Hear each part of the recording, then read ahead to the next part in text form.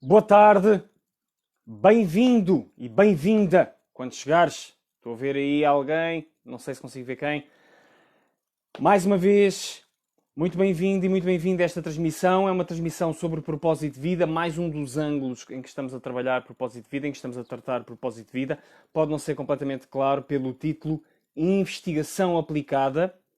Investigação Aplicada, que na realidade quer ilustrar, elucidar um pouco melhor, se for possível, como é que podes investigar melhor o teu propósito de vida, seja individualmente pensando nele ou no contexto da tua organização, independentemente da forma como estejas a encontrar esse mesmo propósito e a trabalhar com esse mesmo propósito neste momento. Seja estando num processo de busca específica porque te sentes perdido ou eventualmente à deriva ou com falta de clareza sobre aquilo que possa ser o teu propósito e, portanto, estás a tentar dar resposta, mas ok, mas o que é que eu quero mesmo fazer com a minha vida? O que é que eu vou orientar os meus passos? O que é que eu agora posso fazer para ter uma visão mais clara daquilo que me traz aqui a esta dimensão e daquilo que eu posso contribuir? Quais é que são as atividades que agora devem ocupar mais do meu tempo? Nas quais devo começar a colocar mais atenção, devo colocar mais energia, mais tempo, mais recursos? Como é que eu posso criar as condições para ter então essa capacidade de o fazer cada vez mais vincada no meu caminhar, seja onde ele seja, claro, nos contextos mais típicos em que pensamos em propósito, que são os contextos de aprendizagem e os contextos de contribuição. Portanto, nos contextos de aprendizagem, seja na educação, seja na escola, ou num percurso autónomo, independente, a aprender, entre aspas, por conta própria, aplicado a um projeto ou outro tipo de forma de fazer essa aprendizagem mais específica para as utilizações, ou então, já num contexto de contribuição, pode ser num trabalho, pode ser numa empresa própria, numa atividade independente, e então tentamos perceber como é que vamos pegar na nossa peça do puzzle, por assim dizer, e encaixá-lo juntamente com as outras e assumimos a responsabilidade também de encaixar essas mesmas peças que possam existir, dependendo das nossas responsabilidades, num contexto maior. E então vamos tentar perceber como é que nós podemos contribuir para que isso possa acontecer. E eu estava a trocar há pouco umas ideias com a Julieta, bem-vinda Julieta, mais uma vez, a respeito do que é que poderia ser uma boa orientação aqui para esta transmissão da investigação aplicada. E chegámos aqui a algumas trocas relativamente a dúvidas que existem típicas. E eu, antes de partir para aí, eu queria, de facto, sublinhar aquela que eu considero ser a tónica mais importante de sublinhar, obviamente, a qualquer forma como a gente considera investigação em termos do propósito. E é precisamente pela segunda palavra deste título. É precisamente por aí que eu gostava de destacar isto. Investigação aplicada. E investigação aplicada quer fundamentalmente dizer aqui neste contexto que nos aplicamos a nós naquilo que estamos a fazer. Fazemos, como dizia Fernando Pessoa, pormos tudo o que somos no mínimo que fazemos. Não importa se é ler um livro, não importa se é atrás de um balcão, não importa se é fazer uma auditoria ou a dar um passeio no campo, num jantar de família ou a brincar com uma criança. Se nos colocarmos no melhor da nossa capacidade, com o menor número de reservas possíveis, com o menor de ses e de outro tipo de reservas e de ressalvas que nos colocam a conta-gotas ou a meio gás nas realidades onde intervimos, se superarmos para começar essas barreiras e nos envolvermos profundamente, mas enraizadamente, obviamente, com um sentido de presença equilibrado, não nos perdermos no que estamos a fazer, por um lado, mas por outro lado, darmos-nos por inteiro da melhor forma possível ao que estamos a fazer. Mesmo que seja uma situação desagradável, então encaro essa situação da melhor forma que me é possível. E obviamente há graus de agradável e desagradável. Mas sabemos que se estamos numa situação e que ela está para nós lidarmos com ela, nós só temos fundamentalmente duas respostas funcionais. Que é aceitar. A primeira é aceitar que temos de lidar com a situação e então aceitamos que estamos a lidar com a situação. Então podemos nos colocar plenamente nessa situação e aplicamos-nos à situação e a própria situação serve de espelho para todas as investigações propositadas que a gente possa fazer, obviamente serão ativadas aquelas que fazem sentido para essa situação de acordo com a nossa percepção. Certo? Serão essas que vão vir à tona. E essa é uma primeira resposta funcional, não é? Que eu aceito o que tenho para fazer. E, portanto, podia ou não ter, entre aspas, em abstrato, preferências diferentes, ou mesmo sem ser em abstrato, a minha essência podia-me estar a pedir um outro canal, mas é esse que existe. E, portanto, eu aceito por agora que é esse, e entro em paz, e entro em sintonia com o momento, e aproveito o momento da melhor forma. E então, já estou completamente a capitalizar essa possibilidade de, então, só porque já estou a investigar aquilo que eu preciso. Estou literalmente a fazer a investigação aplicada, que é lidar com a realidade tal como ela é, tal como ela me acontece. E esta é a primeira possibilidade. Se por todas as oportunidades que eu já tive de interagir com essa situação ou com outras similares, eu chego à conclusão de que não, isto não dá, isto não é para mim, isto é impossível. Se então chega àquele ponto de impossibilidade de eu estar verdadeiramente na situação, então a única resposta funcional é cortar essa situação. Não participar nessa situação. Arranjar uma forma de não intervir nessa situação. Isto faz-me lembrar, a propósito de uma das... penso que não te importarás que partilhe um pouco, Julieta, quando estávamos a falar sobre o conceito Ikigai, naquela troca de mensagens que tivemos há pouco, e eu partilhei contigo que não sou muito fã do Ikigai. Não sou muito fã de... não tenho sido até agora muito fã do Ikigai. Não senti propriamente o impulso do Ikigai. Mas resolvi dar um passo e então fui obter um livro, uma fonte sobre o Ikigai que acabei por partilhar contigo nessa mensagem e penso que estou aqui a partilhar é perfeitamente tranquilo e nos preserva a todos os envolvidos, mas apenas para dar acesso a essa dimensão, porque acho que faz todo o sentido em termos aqui do tema da transmissão, investigação aplicada, porque no fundo fomos partilhar ideias sobre as nossas próprias formas de lidar com o propósito, de investigar o propósito. Ou na nossa própria vida, ou na nossa prática profissional, mais no meu caso, ou na forma como evoluiu a nossa busca do propósito ao longo do tempo e das ferramentas que fomos procurando e o tipo de relação que estabelecemos com as ferramentas. Mas isto agora remeteu-me para uma história também de um mestre zen. E acho que também era mestre de artes marciais. Além de ser zen, porque, claro, as artes marciais orientais são muito imbuídas do espírito do zen. Para quem já praticou sabe isso. Como tudo o que fazia parte das sociedades orientais foi muito imbuído do espírito do zen. Não havia naquela altura, como também não havia aqui no Ocidente, uma separação clara. Os Estados não eram laicos, portanto não havia uma separação clara entre a religião, entre o poder religioso e o poder político, por assim dizer. E, portanto, estou a ver o teu comentário, claro que não me importa, e agradeço a verdade das questões. Ora, é essa. Obrigado eu também por partilhares no teu comentário. E, portanto, o que acontecia era que tudo aquilo que tinha a base, a matriz filosófica, paradigmática reinante naquela altura, seja o Zen, seja o confucionismo, seja o taoísmo, dispersava-se depois nas outras estruturas sociais. E o que acontecia ali nesta história era o mestre Zen, então, também era instrutor de artes marciais, e peço desculpa pelos meus parênteses um pouco mais longos, mas às vezes acontece.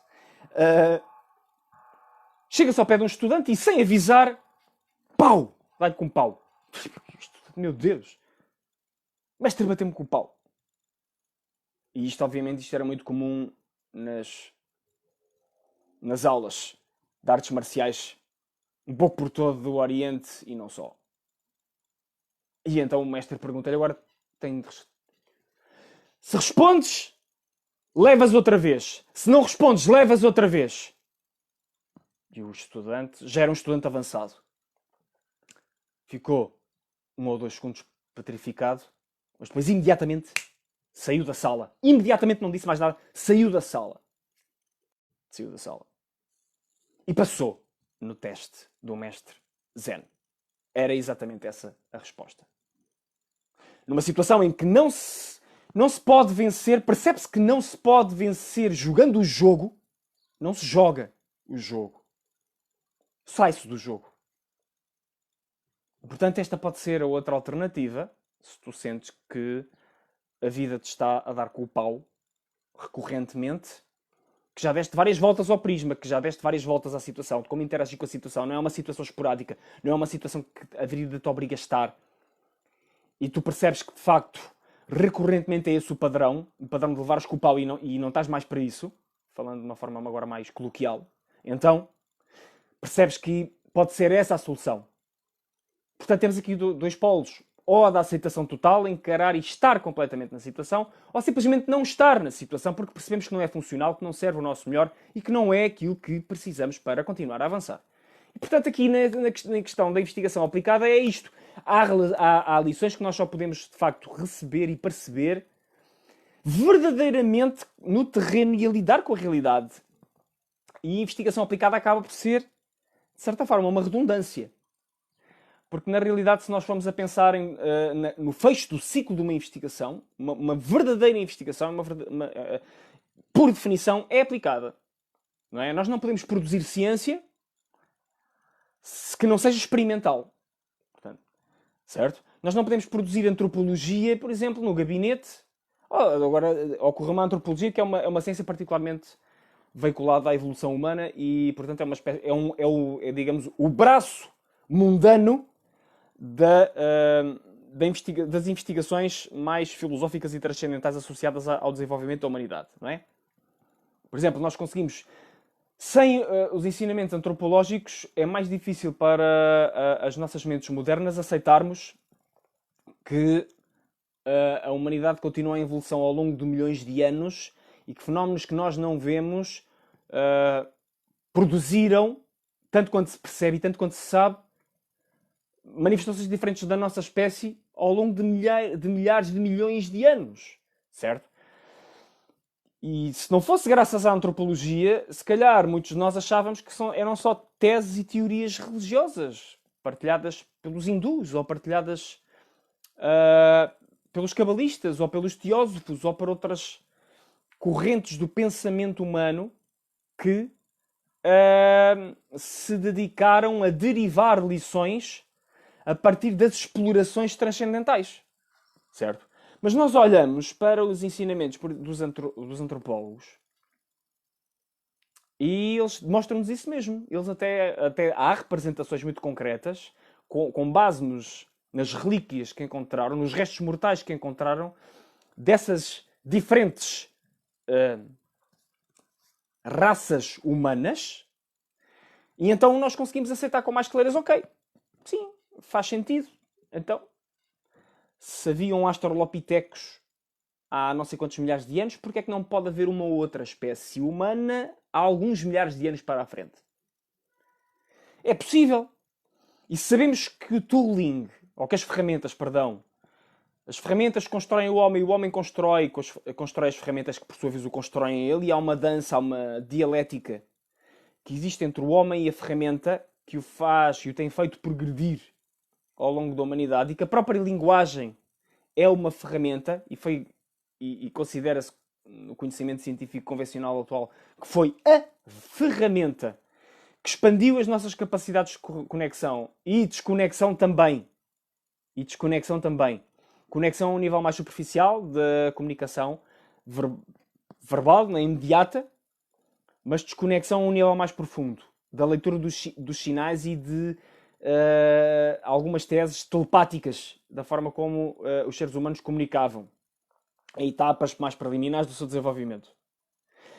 Então nós podemos entender que, de facto, a forma como nós procuramos e como nós investigamos, e agora fazendo já a transladação destas aparentes ou não abstrações e generalizações que eu agora acabei de fazer para a nossa... O que é que isto nos interessa, Júlio, para a minha investigação de propósito? Pois é, aquilo que eu sugiro que a gente considere interessa considerarmos que as ferramentas que nós usamos e as investigações que nós fazemos e as aplicações que fazemos delas, de facto, constroem a nossa capacidade de libertar e encontrar propósito nas nossas vidas e, obviamente, constroem a nossa capacidade de realizar esse mesmo propósito, de consumar esse mesmo propósito. E também podemos usar a palavra consumir, e de consumir, por assim dizer, a satisfação e a gratificação, a plenitude que esse propósito nos dá, que esse propósito nos traz. Certo? Portanto, quando falamos em investigação podemos, na minha opinião, na minha perspectiva, a perspectiva que eu te queria trazer aqui hoje e quero partilhar contigo hoje é não esquecer que verdadeira investigação é aplicada. E Júlio, eu posso fazer investigação aplicada só a ler um livro? Sim, podes, mas não será todo o teu percurso de investigação. Mas também há formas e há formas distintas de ler livros, não é? Portanto, há a ler e há a ler. Tu podes ler um livro como alguém que está apenas a fazer uma leitura em diagonal, para dar um exemplo mais imediato, mais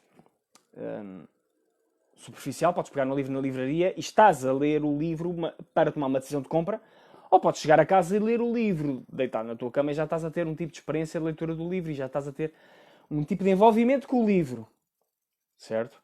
E se quando estás a ler o livro já tens a capacidade e a disposição e a prática recorrente de leres o livro com tudo de ti e de estares a associar experiências que viveste ao que lá está escrito, e entretanto vais escrevendo às margens, vais tirando notas no teu caderno, vais fazendo reflexões, mesmo que não tires notas ou que não escrevas nas margens, vais fazendo reflexões sobre a tua própria experiência de vida, de como é que aquilo contribuiu, como é que aquilo reflete aquilo que tu já viveste, ou como é que aquilo possa apoiar outros atos que tu vais ainda fazer. Se pegas no telefone e marcas na agenda, por exemplo, que vais dar um passo que já planeaste dar em função do livro que estás a ler, pois então já estás a usar o livro como uma ferramenta de investigação aplicada. E já acabei de descrever aqui todo um conjunto diferente de formas de ler e de interagir com o livro. Não é? Porque há leituras que nós até lemos, parece que estamos a ler com o corpo inteiro. E não só com o corpo, estamos a ler com o corpo, com a mente, com o coração, com o espírito, até com a alma. Porque estamos a ter uma relação, um envolvimento com o livro. E claro, os melhores escritores, os melhores autores, o que eles fazem é precisamente isso. Eles envolvem-nos. Eles envolvem-nos profundamente com aquela experiência que nos estão a oferecer através daquela plataforma, ou daquele objeto, ou daquele formato chamado livro. E então, nós podemos, penso eu, ou pelo menos eu convido que transfiras este pensamento para outras formas de clarificação da tua visão e da tua experiência de viveres o teu propósito. Não é? Porque no fundo é isso que andamos à procura. É de uma experiência de estarmos a viver o nosso propósito. De uma forma ou de outra, de estarmos a viver o nosso propósito. Sentimos, eu estou a viver o meu propósito. Eu estou a cumprir a minha razão de existir aqui. E o próprio uso da palavra razão aqui já é um tanto ao quanto limitado, mas é uma expressão que nós usamos. E também redonda um pouco naquela conversa que nós estávamos a ter, naquela troca que tivemos, Julieta, sobre algumas ferramentas, nomeadamente a ferramenta do coaching, que tendem a solicitar, pelo menos na perspectiva de muitos de nós que as usamos, ou que as usamos, mais um lado racional e mais um salto direto do racional para o pragmático, certo? Do plano para a implementação, para a ação, sem passar por outras dimensões, nomeadamente pela dimensão intuitiva e pela dimensão emocional, que são duas, e eu ter trazido a ideia de que essas dimensões, a dimensão emocional e a dimensão intuitiva, são absolutamente vitais e cruciais para o propósito. Absolutamente cruciais e vitais para o propósito. Aliás, são mais vitais, são a fundação da sensação de plenitude e de propósito verdadeiramente na nossa experiência. Mais do que a dimensão racional e prática. Portanto, para se materializar e concretizar, precisamos da dimensão racional e prática. Quanto mais complexo é um projeto, que um propósito convertido num projeto, por exemplo, ou pelo menos num dos projetos, então o mais importante é que haja um plano, que haja uma qualquer articulação para lidar com várias partes de uma construção mais ou menos complexa. Portanto, é importante que haja um plano. Por outro lado, obviamente esse plano tem de ser transferido para a realidade de alguma forma. Mas só que se queremos saltar diretamente para a prática, sem termos um forte vínculo ao que estamos prestes a executar, eu quero dizer, se a nossa parte emocional estar envolvida, pois é evidentemente que é mais difícil colocarmos em ação e gerarmos a energia necessária para mantermos e sustentarmos o compromisso no tempo e investirmos de nós para que, de facto, nessa prática recorrente, sistemática, deliberada, isso possa vir a acontecer. Não é? Por outro lado, se não temos algo maior, uma bússola maior, uma intuição mais profunda, que de facto isso está mesmo a nutrir a nossa alma, o nosso espírito, pelo menos tanto quanto o nosso ego, quanto a nossa personalidade, quanto a nossa dimensão manifesta, e os nossos interesses e necessidades mais mundanas, digamos assim, pois então, mais tarde ou mais cedo, isso não nos vai gratificar e voltamos e somos um gato a correr atrás da nossa cauda. Porque acabamos por não receber o tal propósito. E, portanto, podemos transformar em máquinas de execução, de atingimento de objetivos, para depois, mais tarde, pensar, mas para que é que foi isto tudo? Valeu a pena? Ok, valeu a pena nisto, valeu a pena naquilo, mas no fundo continuo a sentir algo de vazio em mim, há algo que não se gratifica aqui, há algo que não está a ser satisfeito. Há energia que não está a ser canalizada para coisas que são importantes para mim. Eu queria estar a receber coisas que são importantes para mim e não estou a receber. Falta-me alguma coisa. Mas o que é que me falta? E esta muitas vezes acaba por ser a tal tragédia codificada na tal frase que diz Nothing fails like success. Que é, ok, eu subi ao topo da montanha e depois, ups, afinal era a montanha errada. Mas pronto, mas há sempre solução. E isso agora fez-me lembrar de um outro livro, que está aqui ao lado, curiosamente, e portanto é muito fácil de o retirar, que já falei aqui sobre ele. Acabei por não começar a ler ainda, li a introdução, mas depois não avancei, por algum motivo, não sei muito bem porquê, mas portanto, falhei nesse meu compromisso, ou então simplesmente segui para outras coisas mais importantes no momento. The Second Mountain, David Brooks. Ele diz precisamente, ok, essa primeira montanha não funcionou, não te gratificou e tu sabes que não foi a montanha certa, inclusive em termos éticos, precisamos de um mundo mais ético, uma sociedade melhor, então vamos subir uma nova montanha. E este livro fala sobre isso mesmo. The Second Mountain, The Quest for a Moral Life. Não é? E a premissa é muito interessante. Todas as pessoas que já subiram uma primeira montanha alcançaram uma certa dose de sucesso. E essa dose de sucesso lhes libertou um conjunto de possibilidades, um conjunto de meios, de recursos, de valências, que agora podem ser canalizados para outra montanha que possa inaugurar, eventualmente, outras montanhas, não é? Que façam muito mais sentido e gratifiquem muito mais a necessidade profunda de sentirmos que valeu a pena aquilo que fizemos, aquilo que alcançámos, aquilo por que passamos. Então, pois então é isso mesmo. É isso mesmo. É a solução. É o antídoto para essa tragédia. E muitas das vezes é depois do rock bottom, é depois de se bater no fundo, seja qual seja esse bater no fundo, que se é catapultado para alturas ainda maiores, não é? Que fazemos o rebound e o ímpeto da batida impulsiona-nos para a subida. Parece que nós humanos precisamos disto, não é? E portanto, enquanto ainda precisamos disto, eu acho que, apesar de tudo, é possível ter esse rebound sem ser um crash, sem ser um acidente espalhafatoso, seja lá qual o formato. É possível, se respeitarmos os ciclos e as ondulações da vida, é possível que isso aconteça com mais suavidade, não é? E podemos andar numa montanha russa, mas não tem de ser um acidente de proporções épicas. Eu agora vejo aqui o teu comentário, Julieta.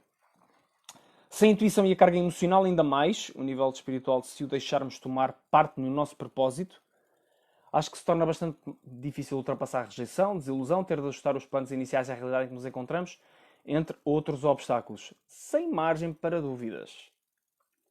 Sem margem para dúvidas. Aliás, é precisamente a intuição acessível através da nossa dimensão mais profunda de conexão connosco mesmos, que nós somos alertados para coisas que não podemos encontrar nos livros. Não estão nos livros, não estão nos mapas, os diferentes mapas desta vida, não é? Não estão nos sistemas de passos, não é? Não estão nos conceitos mais ou menos organizadinhos. Embora eles nos possam orientar para aí. Essa é uma das razões pelas quais eu também nestas transmissões procuro fazer um mix, uma combinação entre transmissões mais baseadas em literatura, livros, estruturas que já perduram há séculos, para não dizer milhares de anos na história da humanidade, etc. E outras mais intuitivas. Porque é isso. Porque na questão é como tu estás a dizer.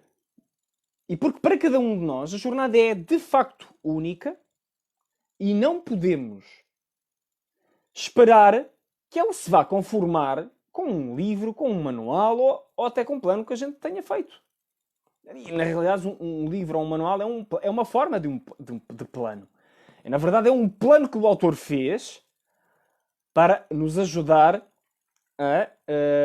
em especial se for um livro de desenvolvimento humano, de autoajuda, é um plano que o autor fez, de certo modo, para nos ajudar a criar o nosso próprio plano.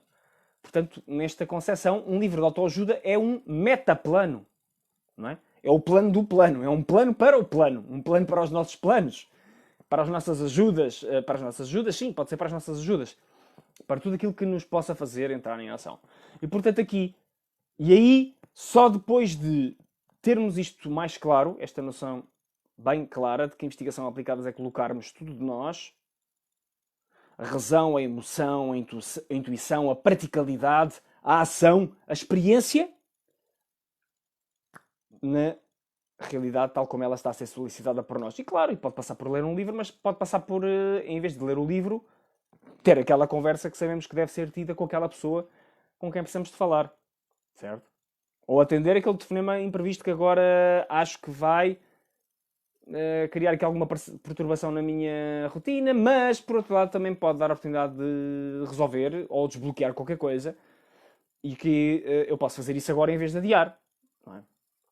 E muitos outros exemplos que se podem dar e isso é liberta a capacidade de fluirmos com a vida, o tal flow, que agora está tanto na voga também.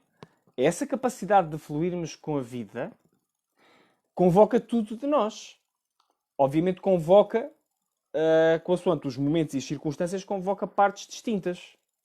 Mas esse fluxo tem na base, de facto, aceitar esse fluxo tem na base uma profunda confiança na vida. É confiarmos que as coisas vão se desenvolver da forma que nós precisarmos, agradando-nos mais ou menos, nós confiamos que vai ser aquilo que nós precisamos. E isso, por tendência, tende a atrair condições mais agradáveis do que o contrário. Tende a trazer um caminhar mais facilitado do que o contrário. Mesmo em circunstâncias difíceis e bastante desafiadoras.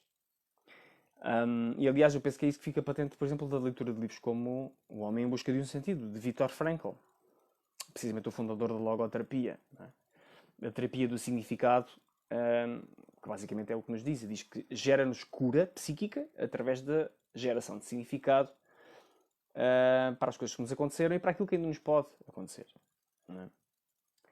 E portanto, sim. E depois outras questões em cima desta base conhecem desenvolvimentos melhores. Por exemplo, uma das questões que nós falámos, a questão da investigação ser com propósito ou de ser no propósito.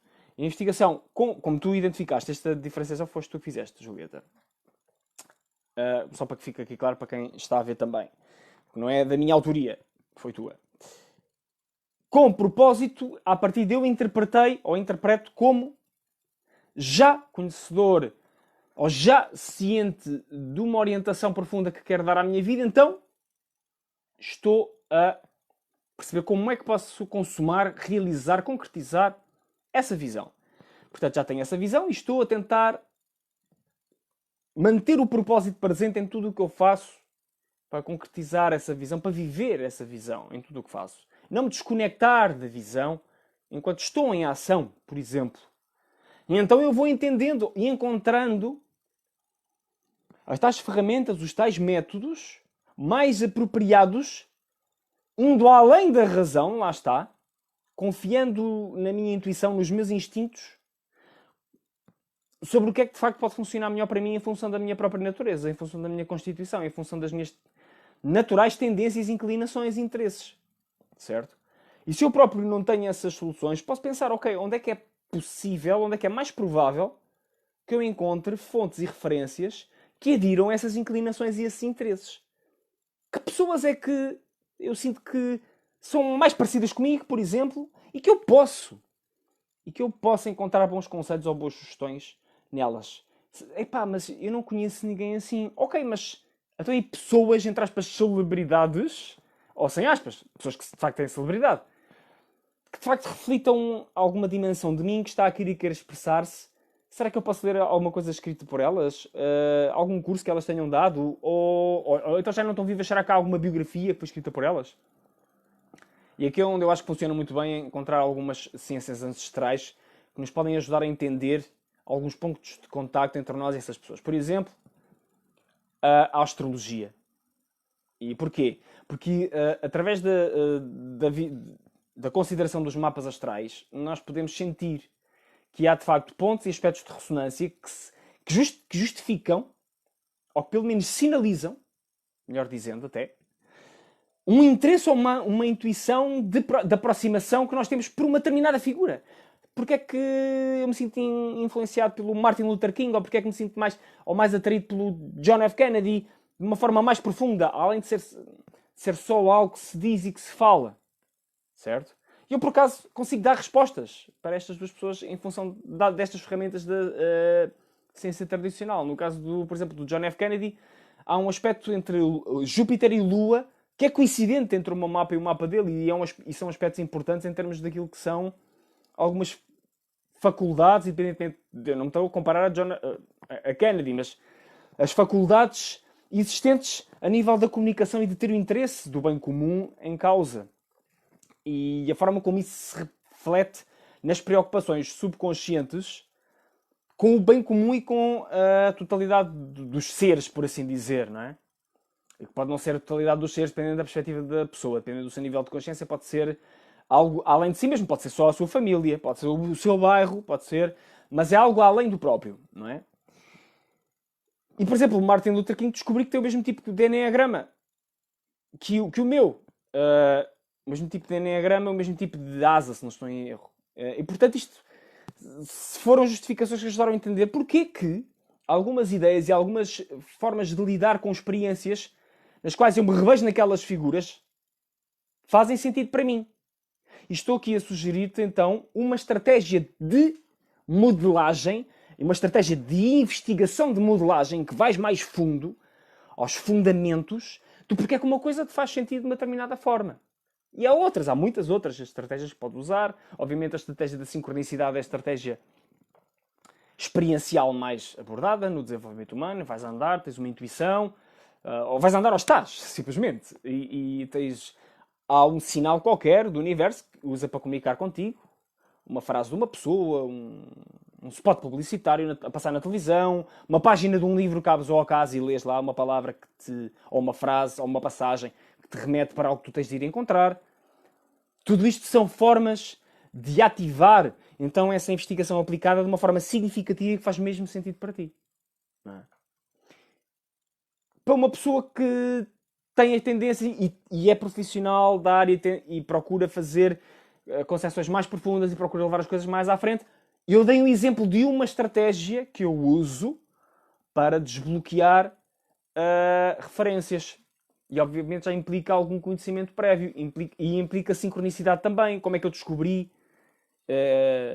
estas coisas acerca de Martin Luther King e de John F. Kennedy? Também existiram elementos de sincronicidade. No caso de Martin Luther King foi através de eu próprio estar ali a estudar o meu tipo de enneagrama e ele vir lá representado como uma das celebridades que tinha aquele tipo de enneagrama. E, então, eu fui rever, calma, foi dos primeiros livros, das primeiras biografias que li, foi sobre Martin Luther King. E porquê é que Martin Luther King me inspira tanto? Bem, ele inspira-me tanto, ele inspira tanta gente. Portanto, ele é assim uma figura titânica da transformação social e da defesa de causas e de valores mais avançados. Mas depois fui perceber, e depois vi determinados aspectos daquela combinação que ali estava a ser ilustrada, de enneagrama, não é? O tipo 8 com asa 9, neste caso, se a memória não me está a falhar. Porque agora já não estou completamente certo que seja exatamente, mas eu acho que é o tipo principal e a asa, porque eu sou tipo 8, asa 9 e eu acho que, passando aqui a inscrição, e eu acho que ele era precisamente a mesma questão, o mesmo tipo. E sobre o John F. Kennedy, também foi por acaso, mas não a ler especificamente para mim, mas a fazer uma investigação para outra realidade, em que encontrei que ele era um daqueles exemplos de Júpiter em trígono à Lua, no mapa natal. E então fui ver e revi precisamente na descrição aquilo que lá estava. E já não me recordo se tínhamos os mesmos signos, penso que não. No meu caso são signos de terra, em que este signo acontece. Portanto, a signos de terra implica praticalidade também. Portanto, a necessidade, a vontade de trazer as ideias e as grandes visões à prática, à terra, lá está. Tornar as coisas práticas. E, portanto, podemos fazer voos transcendentais, mas depois queremos entrar em voo picado a dada altura para ancorar na terra de forma prática as coisas. E, portanto, um conselho de forma prática que eu te posso dar é: se estudares alguma teoria, alguma ciência ancestral, ou se entrares em contacto com pessoas que tenham conhecimento sobre isso, pergunta se conseguem ver nessas informações e nessas delineações de personalidade pontos de contacto entre ti e modelos, figuras que possam servir de referência para a busca que tu estás a fazer. E obviamente o que faz sentido é referir o que é que estás à procura naquele momento em concreto. Porque é aí que a associação tem mais poder, não é? O que é que estavas à procura naquele momento em concreto? E obviamente eu aqui tinha sempre em pano de fundo a minha necessidade de encontrar lideranças propositadas. Pessoas que tivessem ativado visões maiores do que o seu próprio interesse, ou do que só o interesse das suas organizações, e que tivessem inspirado a civilização também, de uma forma mais ou menos persistente, independentemente das suas falhas e defeitos pessoais, porque todas estas figuras os tiveram e têm, e estão documentados, tanto o Sr. John F. Kennedy como Martin Luther King não tinham uma ética completamente incólume e pura, mas as falhas éticas, tanto quanto se parece, não eram exatamente nas esferas que nós interpretamos, e portanto somos completamente implacáveis a abater toda e qualquer falha que vejamos nos outros, em particular nas figuras que de alguma forma nos representam, como são as figuras de liderança, não é? Que representam. Nós depositamos autoridade nessas figuras para que elas nos representem a todos. Isso é o paradigma da liderança. O que convém é que esse depósito de autoridade seja legítimo, seja de facto ao serviço de quem é representado, além de que seja de quem representa, que isso é o típico. E portanto, é isto. Fundamentalmente é isto. Investigação para o propósito pede de facto que haja aplicação e que nos apliquemos a nós da melhor forma possível. Então, nessas iniciativas que transcendamos a dimensão mental e intelectual pura, o mais possível, certo? E ainda mais, evidentemente, os atos só porque sim. A dimensão prática só porque sim, isoladamente, só porque alguém me disse para fazer, bem, isso é totalmente desresponsabilizador e totalmente anula o propósito, porque o propósito é precisamente a responsabilidade entre estabelecer a ponte entre aquilo que eu sou e aquilo que eu faço e aquilo que eu expresso de mim, seja em que contexto seja. Portanto, não faz sentido acatar ordens para o propósito, é completamente fora de cena, fora de equação. Mas além destas duas dimensões, da prática e da razão, obviamente as outras, e portanto já aqui a fazer um fecho, uma síntese daquilo que foi estes 40 minutos de transmissão, então o que eu vou fazer é de facto respeitar a minha própria dimensão emocional. Isto vale muito em especial para o feminino, porque tipicamente, em termos proporcionais, as mulheres têm essa dimensão emocional e sensitiva mais afinada do que nós homens, porque e esta é uma das coisas que é muito clara para mim, a proporção típica, em geral, não quer dizer que não haja o contrário, mas a proporção típica de energia masculina e feminina em homens e mulheres é diferenciada. Tipicamente, há mais proporção de energia masculina nos homens e, tipicamente, há mais proporção de energia feminina nas mulheres. E, portanto, é absolutamente imprescindível e as mulheres compõem 70% do desenvolvimento pessoal em geral. Portanto, faz todo o sentido que qualquer abordagem de desenvolvimento humano, e agora estou a falar para possíveis colegas que estejam a assistir e que usem outro tipo de ferramentas, ou que só usem determinado tipo de ferramentas mais assentes no lado racional e no lado prático, é muito importante que haja um complemento com as ferramentas emocionais e intuitivas para que esses lados práticos e racionais possam, de facto, participar da melhor forma. Porque, na realidade, nós participamos com tudo aquilo que somos, como nós já vimos. Não é? E, portanto, é fundamental complementarmos qualquer iniciativa dos lados práticos e racional com as iniciativas e com as sensibilidades emotiva e intuitiva. E, portanto, a mensagem é fundamentalmente esta. A nível das ferramentas e dos métodos, o melhor conselho é: faz o que sentes que é melhor para ti. O second best é: não sabes? Ok, encontra outras possibilidades. Não é? E o third best é: experimenta especificamente aquela solução que alguém te disse que é mesmo importante para ti. E porquê é que este é o terceiro best? É o terceiro best porque te priva, entre aspas, da riqueza, da dádiva, de encontrares por ti e do processo de aprendizagem que isso implica. Mas, por outro lado, poupa-te tempo e confusões e complicações em determinadas alturas. O first best, isto tudo depende do contexto. Em determinadas alturas, o third best acaba por ser o primeiro best, porque naquela altura era aquilo que eu precisava. Certo? E, portanto, no final do dia, eu espero que tenha ficado claro aqui neste tour de possibilidades, tanto quanto me foi possível, tanto quanto as limitações da minha própria consciência e do meu próprio conhecimento me permitem. Podemos fazer uma viagem e perceber e chegar ao buffet de possibilidades. Na realidade, temos de ser nós a fazer essa junção entre as possibilidades, o contexto, unir isso em alimento, em nutrição do nosso melhor. Portanto, esta era a mensagem que eu te queria transmitir. Mais uma vez, muito obrigado por estares aí, em especial a ti, Julieta, e obrigado também à Maria por ter feito aqui um comentário.